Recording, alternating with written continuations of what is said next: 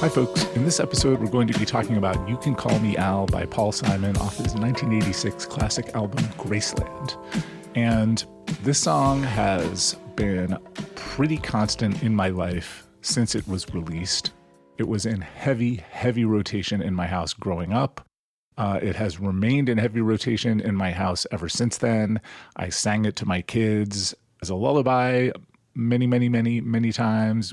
I have covered it in a couple of my performances. I hear it, every 10th time I leave the house. I hear it in restaurants and stores and other public places. Like, it's just everywhere.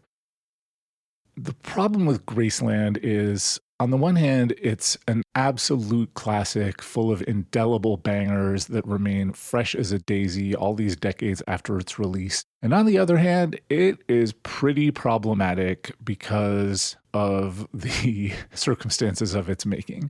I'm not going to relitigate Paul Simon's moral standing with regard to the South African cultural boycott. That has been done extensively by people who are much better versed in South African history than me. I've got a bunch of links in the episode description if you want to follow up on that. But you can't avoid thinking about that stuff when you listen to this song. So I'm mostly going to be focused on musical analysis here, but we are going to get back to issues of ownership, credit, and appropriation as we go.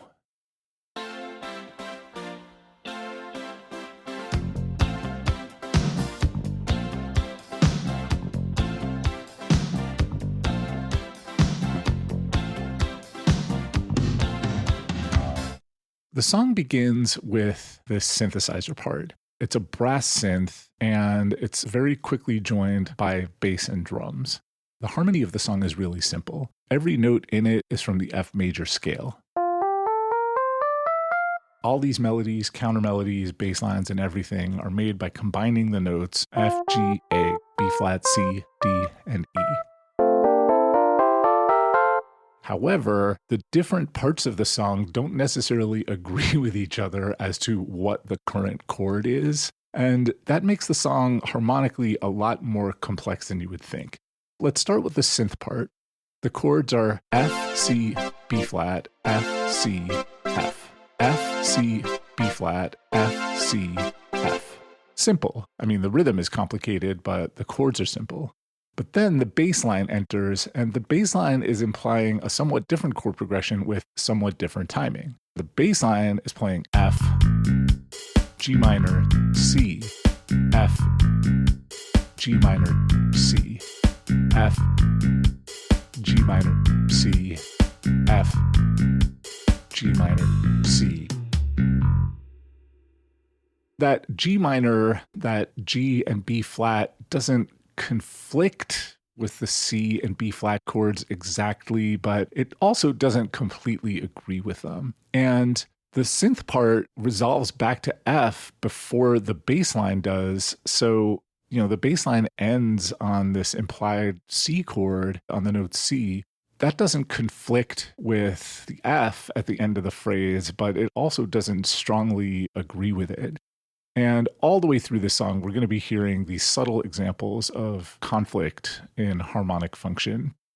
Now, it's only a conflict if you're expecting everything to function according to Western European tonality. And given that this music is mostly being played by guys from South Africa who are not descended from Europeans, that's the wrong set of harmonic expectations.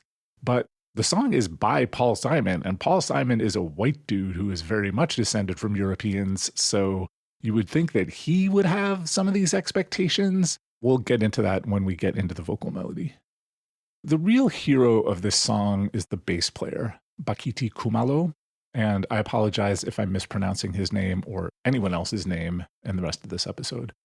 Bakithi Kumalo is not only the main musical voice on this song, he's also one of the most prominent voices on the entire album. In 2012, Paul Simon released an expanded version of Graceland that included this alternative mix of Diamonds on the Soles of Her Shoes that's just the vocal and the bass, and it's pretty wonderful.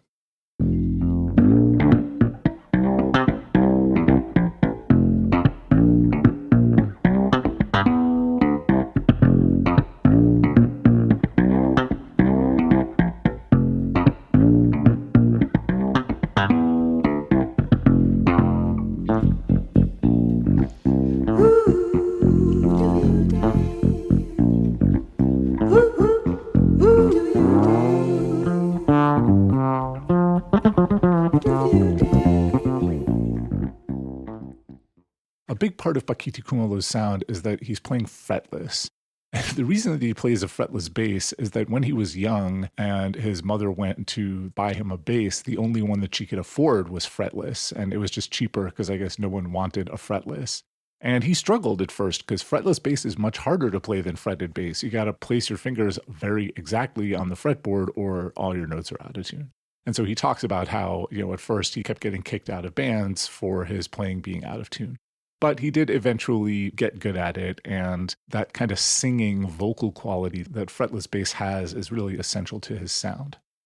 There's an interview with him on YouTube that includes him playing some solo bass and singing, and unfortunately I don't know the names of either of these tunes, but they're both quite beautiful.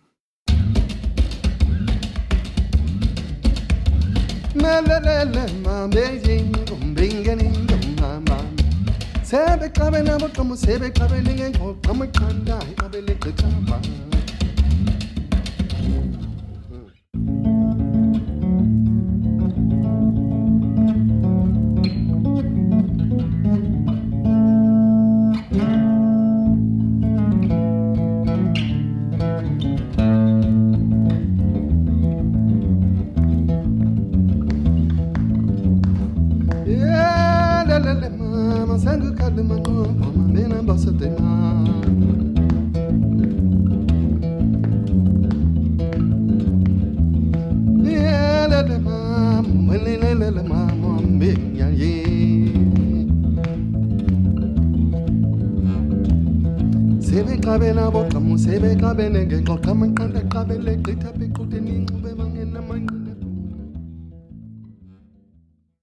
In addition to Bakithi Kumalo's bass, we're also hearing drums by Isaac Machali.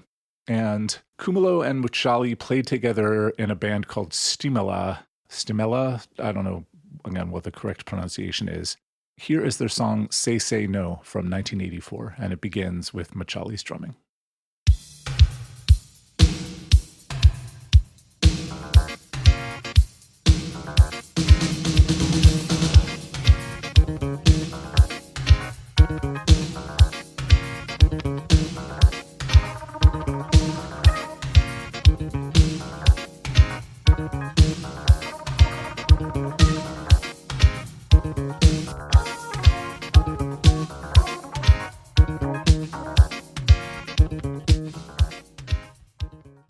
The drum part that he's playing in You Can Call Me Out is not extremely complicated. It's pretty much just a 4-on-the-floor kick drum with a snare drum on beat 4. But that is not the typical drum pattern in Anglo-American pop. Like usually you would have snare drums on 2 and 4. To me, it just feels like all the weight is on the back half of the measure instead of being distributed across it. And then there's that great drum fill at the end of the phrase, and all he's doing is just playing the high tom, the middle tom, and the floor tom in succession. But the sound of it, it's so immense and distinctive. And his timekeeping is, just unbelievable, like really metronomic and tight.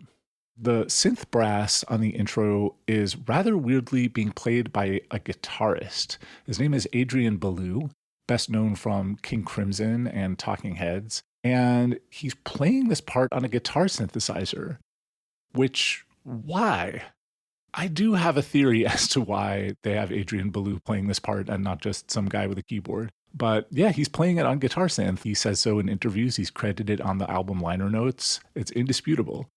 Guitar synth is a weird and exotic instrument. It's just a regular electric guitar, but it has these special pickups. So the way an electric guitar normally works is you pluck the strings and they vibrate over these magnetic pickups. The vibration of the string and the pickup's magnetic field generates this weak electric current. The current goes down the wire to the amplifier. The amplifier makes that current a lot louder and sends it to a speaker, and voila. There's 2 ways for a guitar synth to work. There's analog and digital. Analog guitar synths just read the voltage coming off of the pickups and use it as control voltage for a synthesizer. So that's what's happening on Adrian Belew's solo on Born Under Punches, The Heat Goes On by Talking Heads.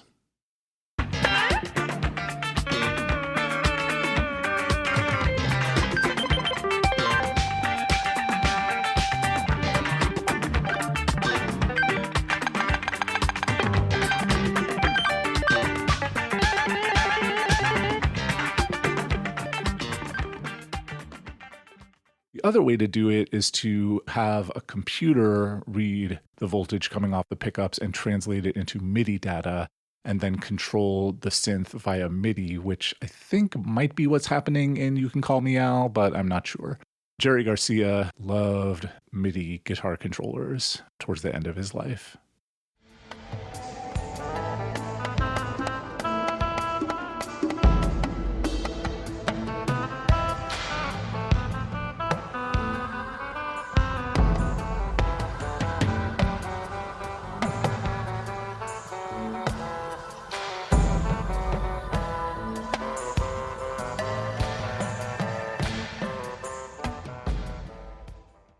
Here's verse 1 of You Can Call Me Al. A man walks down the street, he says, why am I soft in the middle now? Why am I soft in the middle? The rest of my life is so hard. I need a photo opportunity. I want a shot of redemption. Don't want to end up a cartoon in a cartoon graveyard.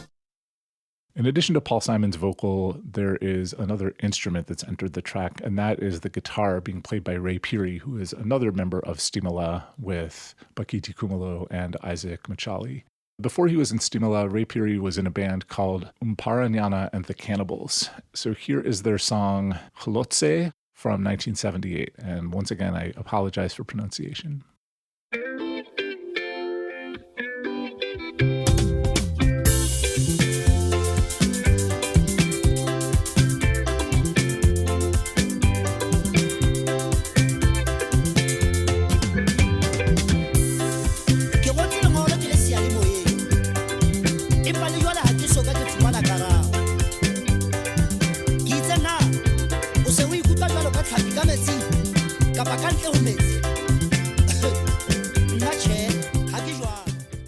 Ray Phiri is adding yet another layer of harmonic conflict into this blend. He's playing F, G minor, F, G minor, F, C, F, G minor, F, G minor, F, C, F. Now, those are the same chords that are being implied by Bakithi Kumalo's bass line, but not at the same time. So the sense that you get is this kind of modal F Ionian sound rather than functional F major, functional in the Western European sense. It's so cool. And of course, the rhythms that he's playing are the main musical driver of this verse. Paul Simon's melody is also pretty interesting. It's mostly from the F major pentatonic scale. Da, da, da. That's just 3-2-1 in F major, Mi, Re, Do, 3 blind mice. And that high note is just 5, it's just C.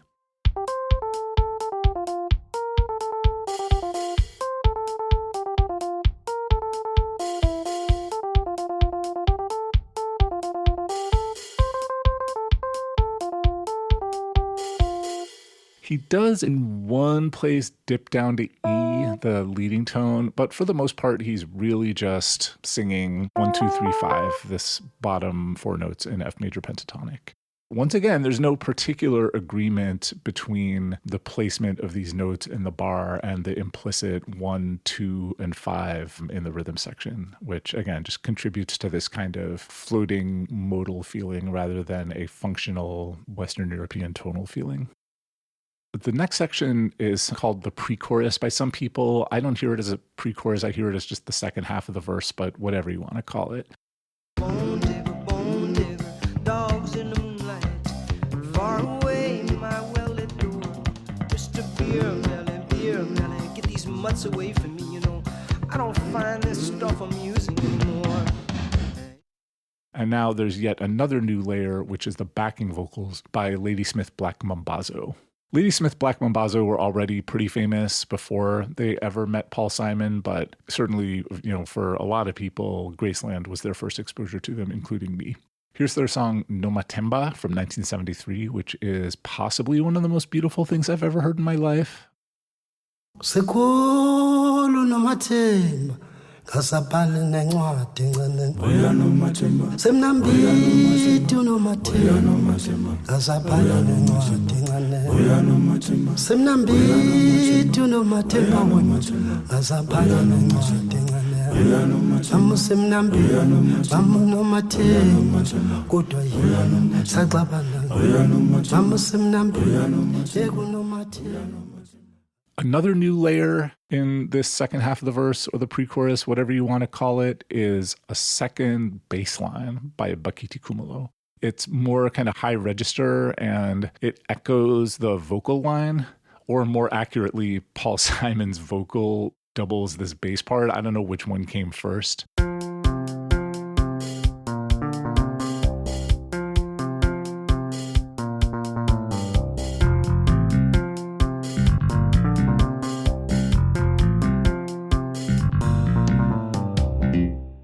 This idea of electric bass playing a vocal sounding melody is something that is characteristic of the South African styles that Graceland is drawing on, which we'll talk about more in a bit. There's also a new note in the melody. Paul Simon sings B flat a couple of times, the fourth.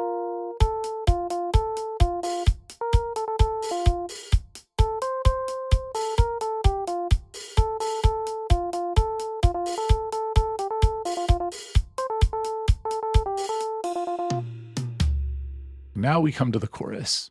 If you'll be my bodyguard, I can be your long lost pal.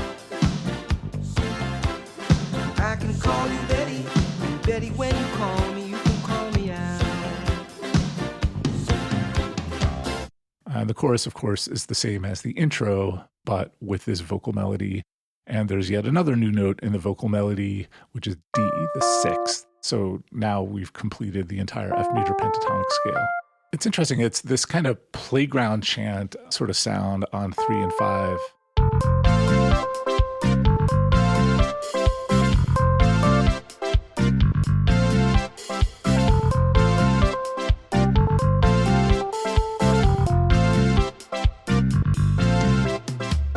Okay, so we get another verse, another chorus, and then this penny whistle solo.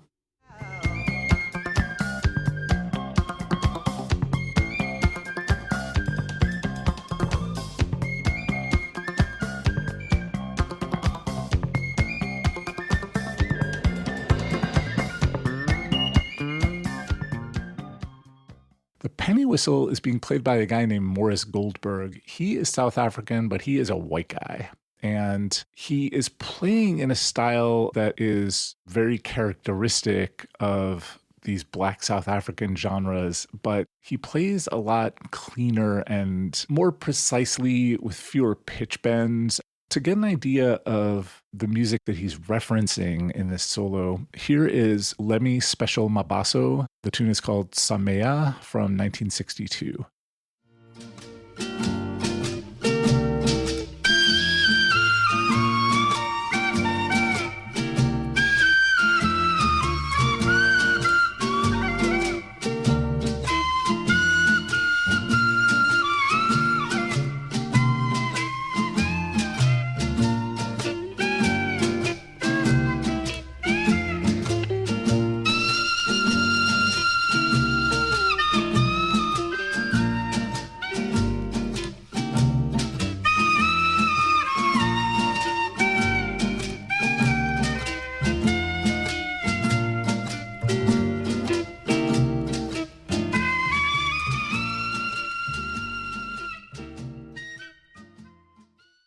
And this to me sounds like the blues. First of all, a pretty clear influence from American blues. In general, there's this vocality to it. It's a lot breathier and noisier. There are all of these pitch bends and slides. The way that Lemmy's special Mabaso plays the penny whistle reminds me a lot of the way that Black Americans play the harmonica, where you have this instrument that was designed for a particular European folk idiom that Black musicians then found a way to adapt to play the blues or this blues-influenced music. I've got some quotes from Louise Meintjes' article, Paul Simon's Graceland, South Africa, and the Mediation of Musical Meaning. Musical styles on Graceland can be read as collaboratively intertwined. The way distinct styles are structurally integrated rather than merely juxtaposed is illustrated by the instrumental break of the album's hit song, You Can Call Me Out. The featured instruments in this instrumental break, the penny whistle and bass guitar, index or reference 3 Black South African genres. The penny whistle references Kwela, the bass guitar references Mbube, and the way they are combined is typical of Umbakanga. Kwela was a Black urban genre in the 1950s and early 1960s. It originated among urban youths as improvisational street music played on penny whistles and guitars. David Copeland suggests, in fact, that it was on the penny whistle that the foundations of an indigenous South African jazz were built. The penny whistle therefore brings with it to Graceland that complex of meanings configured around early South African jazz. That is, it brings with it meanings associated with one of the most prominent expressive forms in black townships during one of the most repressive decades of apartheid. In order to appeal more strongly to Graceland's international audience, the Kwela penny whistle sound on You Can Call Me Al is, quote, cleaned up, unquote. Its pitch is more exact and its tone production purer than that of the 1950s counterpart. There are fewer glissandos, there is more precision in beat alignment, and the timbre is not as windy. Furthermore, the instrument played originally by black street youths is played on Graceland by an exiled white South African. The bass line of You Can Call Me Al and the way it combines with the penny whistle are also packed with layers of signs. Several identifiable features of the Zulu choral mbube style are apparent in this instrumental music.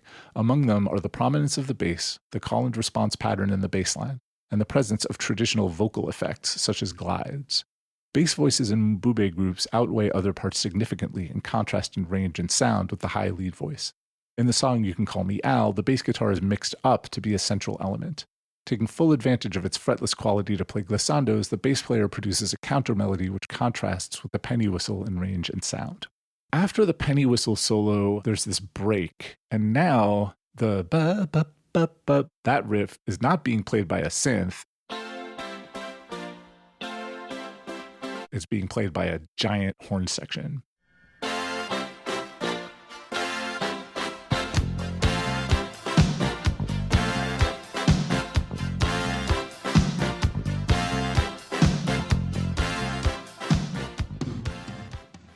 According to the album liner notes, this horn section includes baritone sax and bass sax, trombone, and trumpet. That's a big horn section.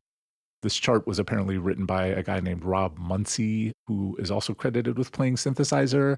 Is he playing synthesizer, or did he just choose the synth sound that Adrian Belew is playing on the guitar synth? I have no idea.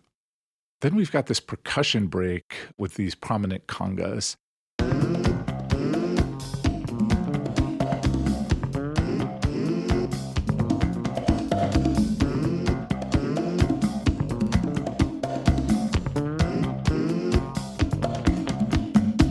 The congas are being played by a guy named Ralph McDonald, who is a session cat who's been on about 9 million albums that you've probably heard, and is also a pretty respectable songwriter. His biggest hit as a songwriter is Just the Two of Us by Grover Washington and Bill Withers. Just the two of us. We can make it if we try. Just the two of us. Just the two of us. Just the two of us. Building big castles way on high. Just the two of us. You and I. And I just want to say, Bakithi Kumalo's bass line in this section is just killing. Here it is.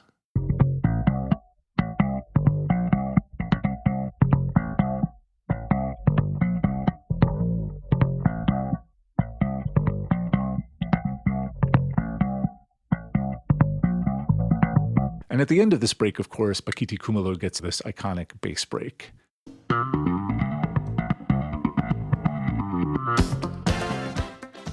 If you've read anything about the production of this song, you know that the second half of this break is just the first half of it in reverse. And Bakithi Kumalo talks in interviews about how he had a hell of a time recreating that sound live on stage. He was looking for all kinds of is there a pedal, like some kind of reverse delay pedal that could maybe record it and then spit it out in real time? That's something that in 2025, I don't think would be that difficult to do. But back in the 80s, it was really impossible. And so he had to just learn how to play it. And that's what he does on stage now. And it sounds incredible. So that's the track. But let's think about it as a song. Like, how did this song come to be in the first place? Paul Simon, to his credit, is pretty transparent about his process, although he's not always so good about giving credit to people whose ideas he's drawing on.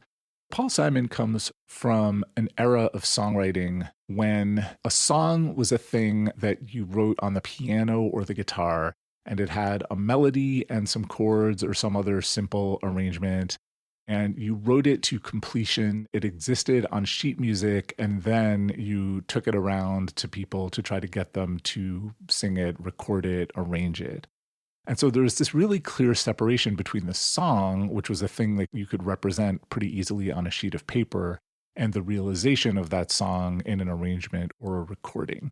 And copyright law reflects that distinction to this day. A song is, for legal purposes, a top-line melody with lyrics, and that's it.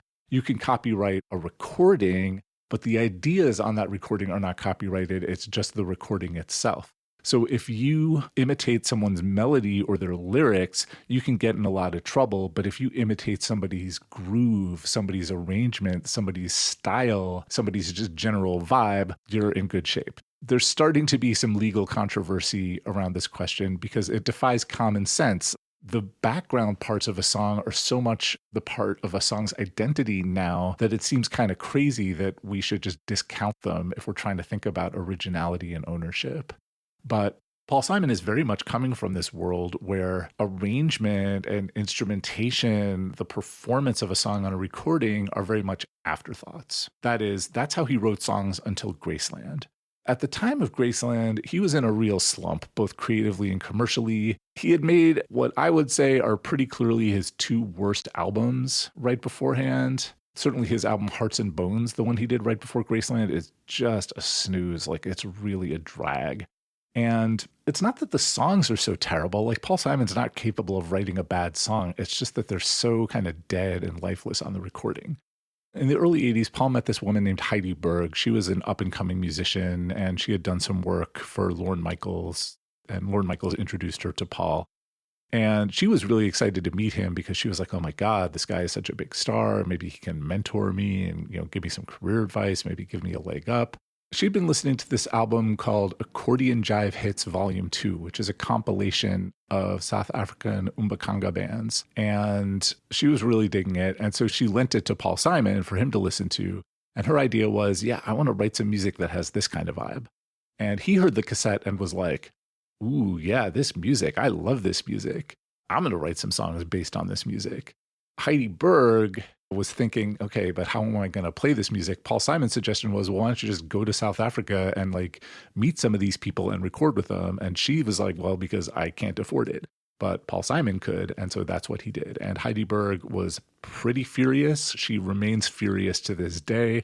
If you go on any kind of web forum that is discussing the making of this album, she will very often herself be on there commenting about how Paul Simon ripped her off.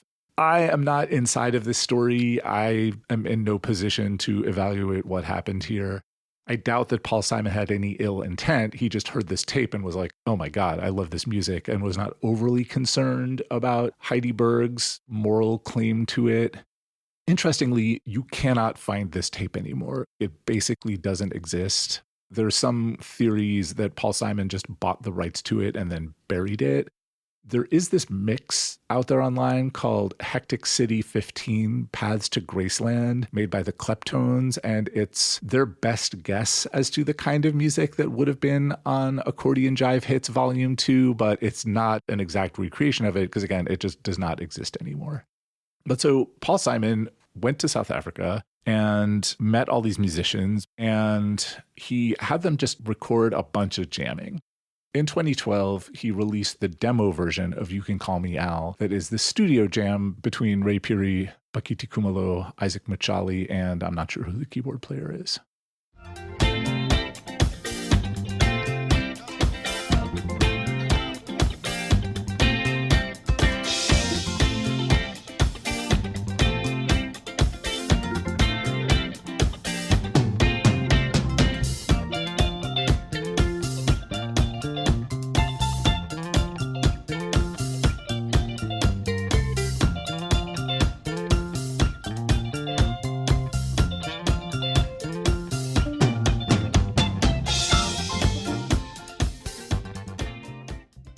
And then he took this tape and wrote You Can Call Me Al in response to it.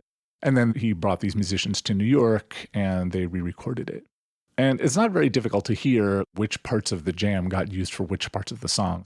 I've isolated the vocal and laid it over parts of this demo. A man walks down the street, he says, why am I soft in the middle now? Why am I soft in the middle? The rest of my life is so hard. I need a photo opportunity. I want a shot at redemption. Don't want to end up a cartoon in a cartoon graveyard. Bone digger, dogs in the moonlight. Far away, my well-lit door.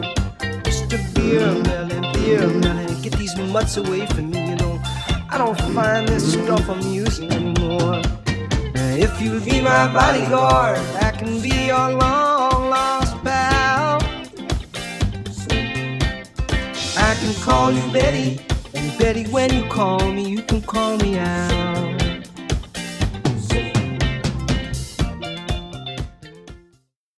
So here is my guess as to why Adrian Belew is playing that synth brass on the intro on Guitar Synthesizer.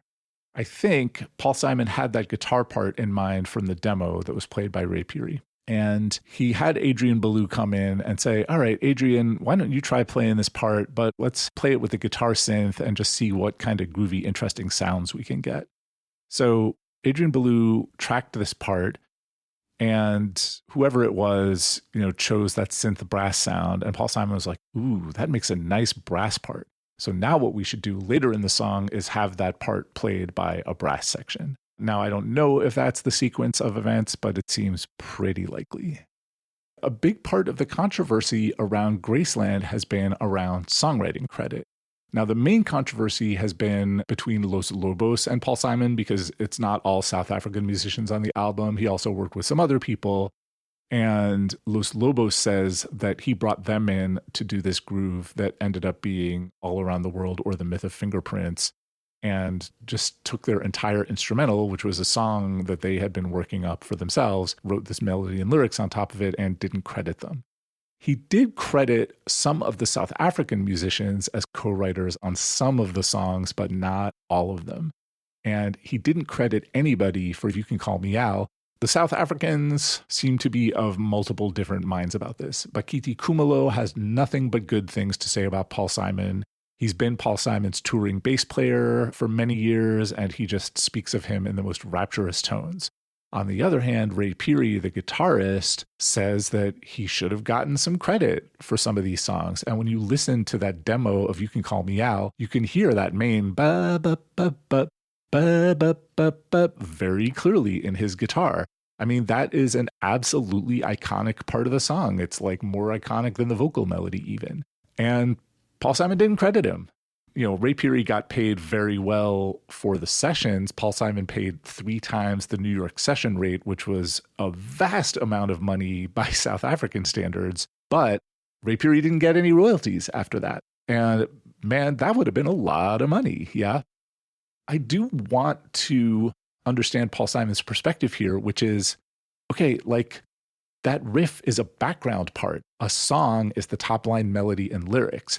Nobody contributed to the top line melody and lyrics except for Paul Simon, ergo Paul Simon owns the song. But that defies common sense, right? Like, You Can Call Me Al, like it's not a song without that riff and without like the rest of the groove underneath it. And it's easy to prove that to yourself by listening to covers of the song. There are a lot of them, and they're all pretty terrible, like each one worse than the last. If you're going to cover a song like this, what are you going to do, right? Either you can try to meticulously recreate the studio recording, which can be done, but is really difficult, just requires sensational musicians and a lot of them. You're going to need 2 bass players, and they're both going to need to be on the level of Bakithi Kumalo. Oh, by the way, there is a 3rd bass part on this song, this digga-digga-dit that you hear sometimes.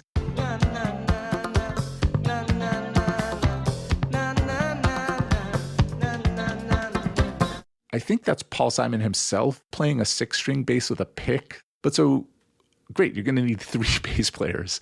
That's difficult. And there are some bands out there that have done a reasonably good job of pulling it off. But like, if you're just going to meticulously recreate the studio recording, why bother, man? Who would want to listen to that? Just listen to the studio recording. Other people have tried adapting it. Usually what they do is simplify it. So, there are all these covers out there that's just one dude with an acoustic guitar strumming a very vague approximation of the groove. When I performed it, that's what I did. And, you know, that can be fine. It's an amazing song. Like, that sounds good. But yeah, it's just going to be a pale shadow of the original. I do want to point out one cover that I don't know whether it's successful or not, but I do love the audacity of it. And that is this version that was recorded by the actress Alicia Witt, who also has a career as a musician. And she like radically reharmonized it. I don't even know how to describe. You should just listen.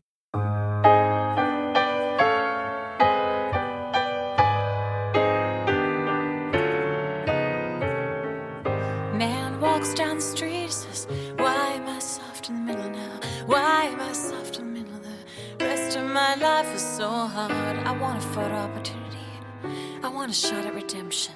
Don't want to end up a cartoon in a cartoon graveyard. Bone digger, dogs in the moonlight. Far away from my well-lit door. Mr. Beer Belly, get these mutts away from me, you know.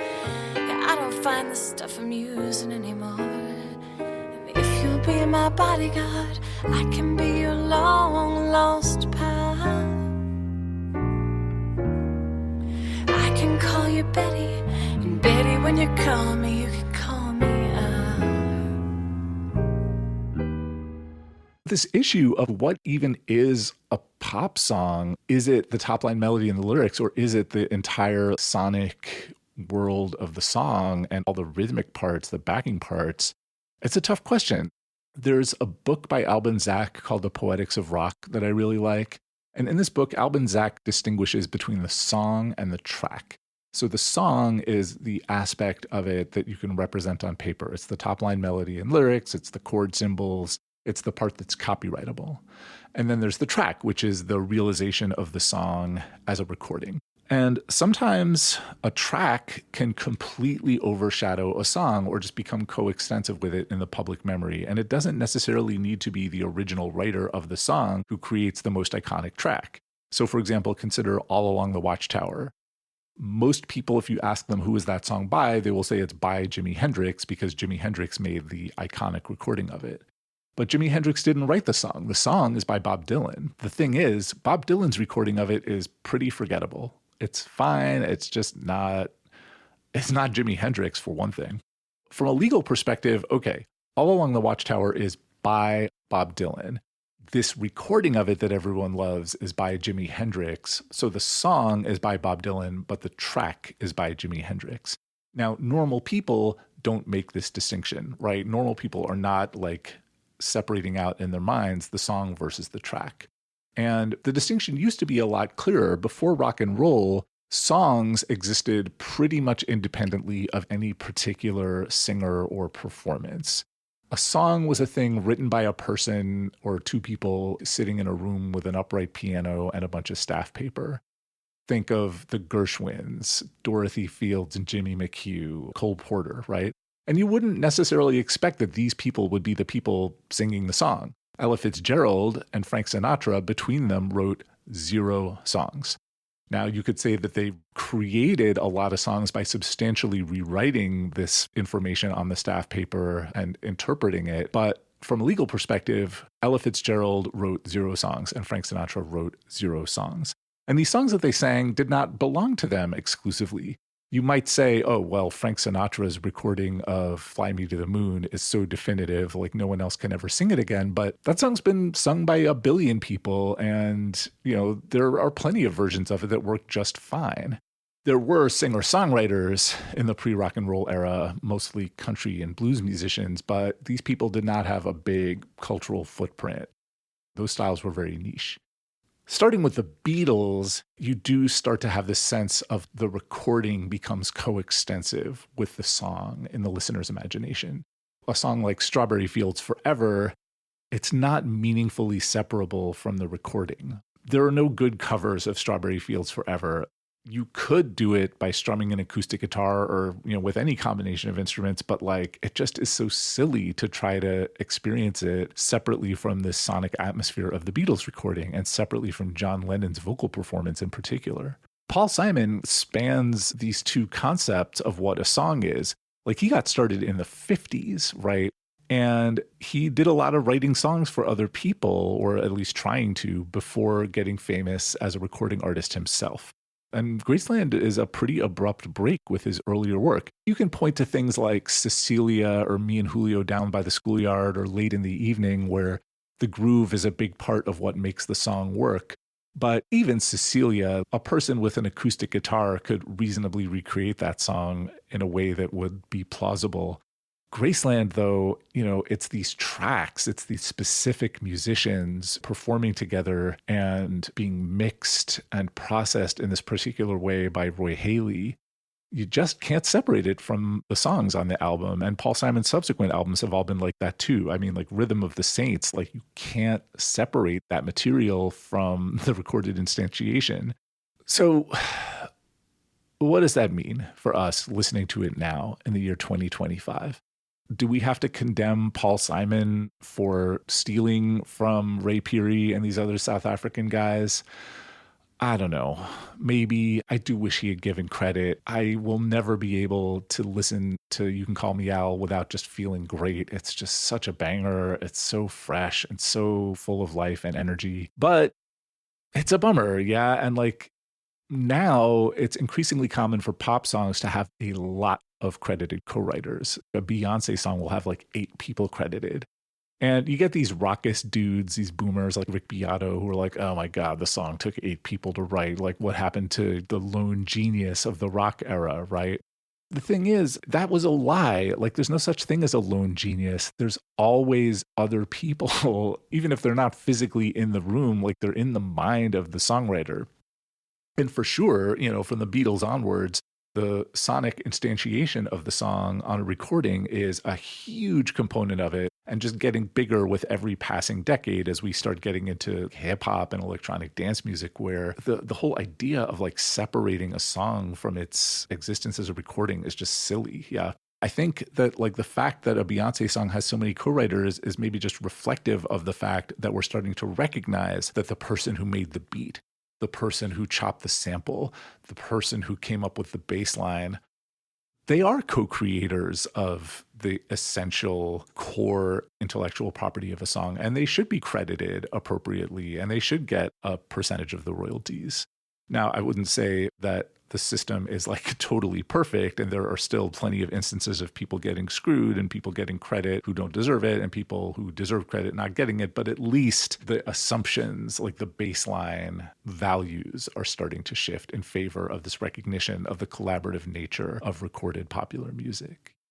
You may have noticed that I have not said one word about the lyrics of this song, and I'm not really going to. It's not that I don't think they're great. I think they're wonderful. Like the wordplay is just delightful. The imagery is super memorable. The words have great mouthfeel. They're super fun to sing. But they have also been analyzed to death, right? Like 99% of popular music criticism and a large percentage of the scholarship just talks about the lyrics. And not that the lyrics aren't interesting and important, but it's just too rare that people are talking about pop music as music. And like Paul Simon himself would be the first to tell you, the music, that's what I'm mostly doing. It's the sounds. Please ask me about the sounds. Please ask me about the melodies. It's not that he doesn't sweat over his lyrics. He does, but he's not a poet. He's a musician. Yeah.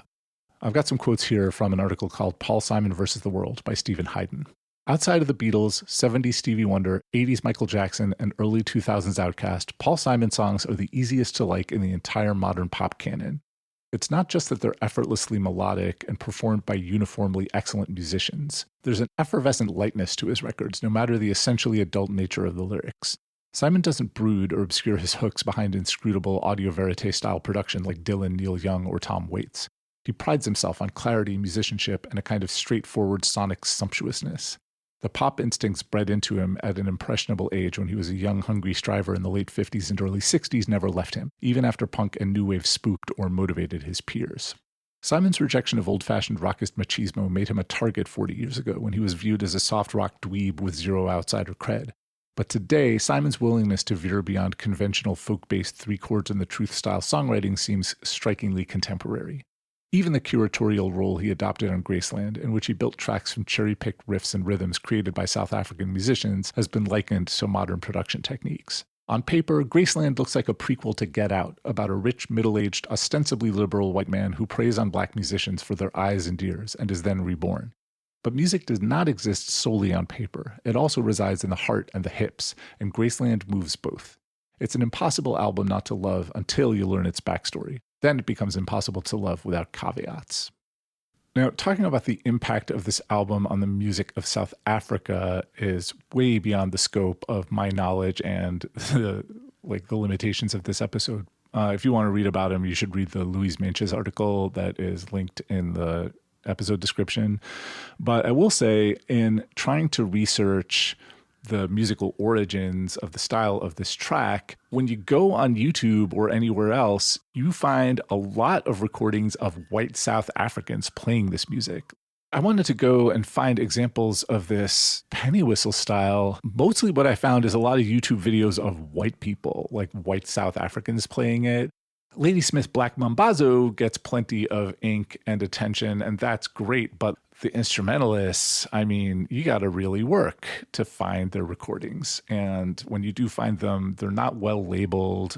There just isn't the same kind of ease of access that the white bands are getting. And the situation is uncomfortably similar to the situation of blues, R&B, jazz, funk, soul, and these other black genres in the United States, where right now there's probably 500 blues bands playing somewhere and probably 498 of them are white people. Yeah. If you want to listen to Son House or Robert Johnson or Bessie Smith, they're out there and they're being written about. You can find the recordings, but man, it is a lot easier to find recordings by Eric Clapton. The similarities, the cultural similarities between South Africa, especially apartheid era South Africa, and the United States are many and uncomfortable. South Africa's apartheid rules were modeled and inspired very heavily on American Jim Crow laws. And there was a lot of resistance in our government to the idea of opposing apartheid from Ronald Reagan on down. And to this day, there are elements in our politics that are sympathetic to apartheid from Donald Trump on down. It reflects really poorly both on the white people of South Africa and the white people of the United States. And we have these similar colonial origins. I want to listen to the blues. I want to play the blues. I love the blues. And, you know, this township jive, my God, it's like some of the most beautiful music I've ever heard. I definitely feel drawn to it. I can understand if I was a white South African, I would for sure be a lot more interested in it than whatever nonsense my white ancestors had been up to culturally. But then how does that benefit Ray Phiri and Bakithi Kumalo? I'm hoping that by doing things like making this podcast episode, I can contribute a little bit to the rectifying of some historical wrongs. But yeah, I feel like the main thing we could just do is like start by acknowledging the historical wrongs in the first place.